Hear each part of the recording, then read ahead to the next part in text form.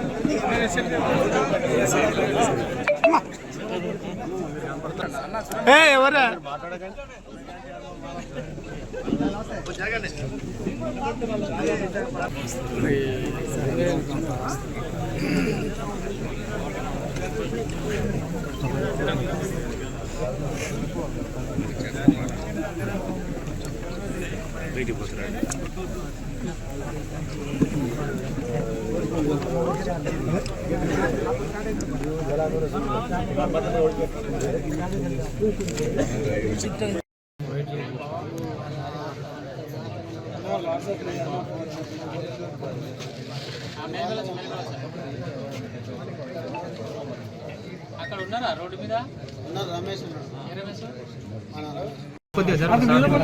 sir ముందు నుంచి